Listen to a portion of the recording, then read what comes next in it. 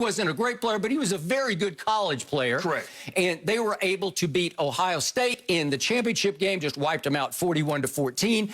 And they got there because of small doses of Tim Tebow, because he threw only 33 passes that year, but completed 22 of them. Most of them were red zone packages, goal line packages, a lot of jump passes, and a lot of run pass option, because he's a big, strong kid who has a nice handle on the football, and he can make good, quick choices of, do I run it, keep it, jump, and throw it? What do I do with it?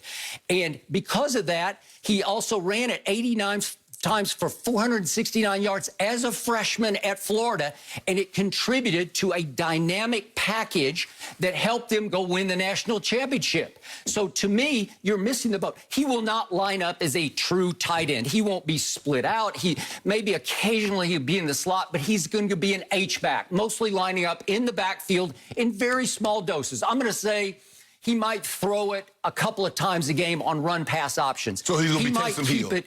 What's that? He's going to be Taysom Hill? I'm not even sure he'll get as many opportunities as Taysom Hill gets. But I'm going to say he throws it a couple times a game. I'm going to say he runs it, I don't know, 3-4 times maybe a game. It all depends on goal line situations, nose for the goal line.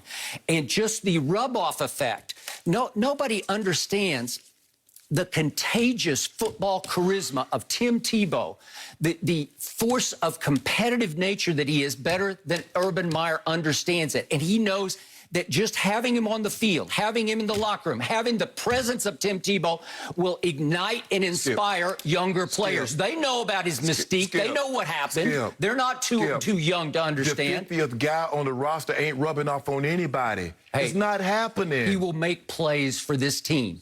Just plays here and there. Just watch. He may line up occasionally in the Wildcat. They may snap it directly to him every once in a while. And you cannot tell me he won't help Trevor Lawrence know the ropes, learn the ropes. He didn't know them. What are you talking about? Know what ropes? He couldn't read defenses. I'm talking about how to handle the brightest spotlight in NFL history. Was there any more focus on any one player than on Tim Tebow in 2011 in Denver? He was it. He was the story of the whole year as the starting quarterback for the Denver Broncos.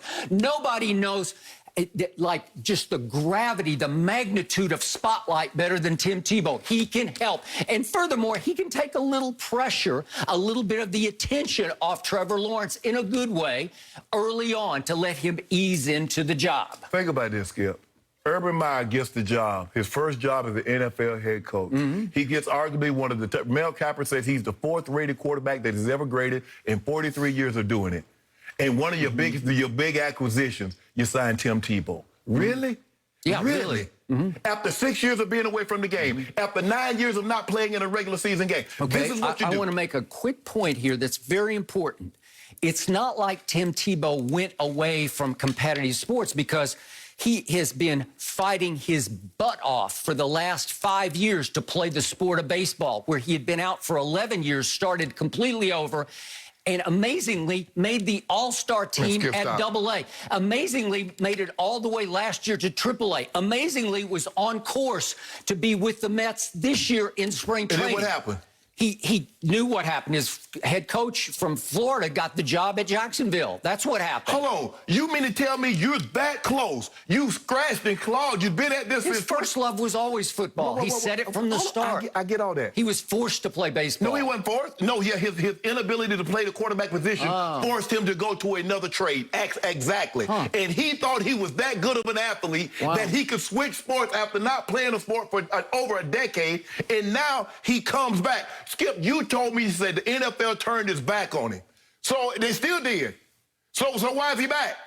Because his college coach understands Tebow magic. There you go. Well, he had huge success with him. And he said, I could have Tim Tebow. I could have him for a few big plays a game. I'll take him. I love how you read off all those stats. But has there ever been any other Heisman Trophy winning quarterback that didn't make it in the NFL? What about running back? What about Biletnikoff award-winning wide receivers? Has there anybody that's had college credentials like Tim Tebow not been able to make it in the NFL? There is only one Tim Tebow that I've ever seen. I've never seen anything like what he did for your Denver Broncos in 2011. Never seen anything like it. Have you? You ever seen anything like it? I've seen a lot, Skip. I've seen a lot of guys that have college acclaim and cannot make it in the NFL. I do too. A whole lot. Yes. He's one of them. Yeah. He's one of really? them. Oh, Yeah. well, then how did he go that year with the Denver Broncos? He got thrown into the fire. Well, how about the year before? Do you remember the 3 games he got to start? Because Josh McDaniels, what did I say before the draft? I said it on ESPN many times. I said, hey, Tim Tebow, I'll take that guy. Just let me have him late in the first round. I was ahead of the curve on this before the draft. Let me have him late in the first round. And if you run the Urban Meyer offense for your pro football team, he will win games. I said, he won't make a Pro Bowl. He'll just win games. And what happened? Josh McDaniels, of all offensive geniuses, said, I'll take him with the 25th overall pick. And what happened the next year? Josh got himself fired. Yes. And all of a sudden, Tebow was adrift in Denver because the guy who picked him was gone. So what happened at the very end of the year? They were a sad sack team. In the last 3 games, they said, let's let the kid play. He's a raw rookie. He's not started a game. And he goes out to Oakland, and he rushes the ball for 78 yards in the rain. And I said, God, that kid can play. And then against Matt Schaub and the Texans at home, I'm sure you watched this game. I think it was the last game of the season, maybe. What's that? Might have been the last game of the season. Second to last game.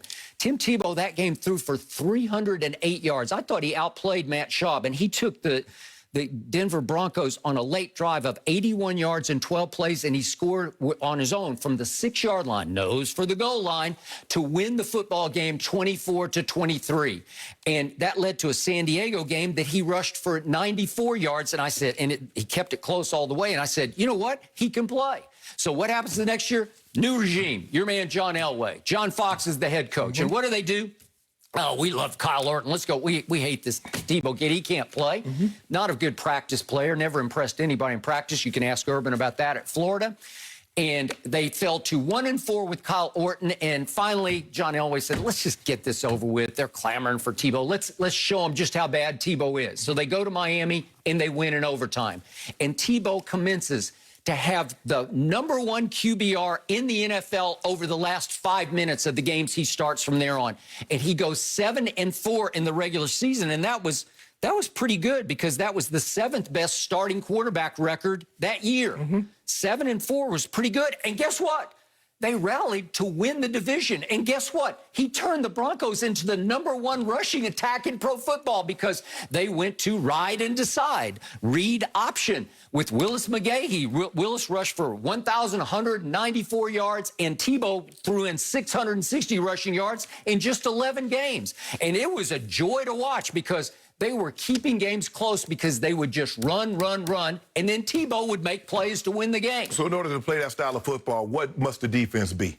Exceptional, right? They were pretty good. There were moments that they weren't very good. But think about it. Now, you remember now, they were down to Miami 15-0. And the defense shut them out the rest of the way, and Tim Tebow and them ended up winning the game in overtime, right? Yeah. See, you keep telling me the last 5 minutes, but why does he have the #1 quarterback rating in the last 5 minutes? What about the other 50-plus minutes? So what's he doing in that time?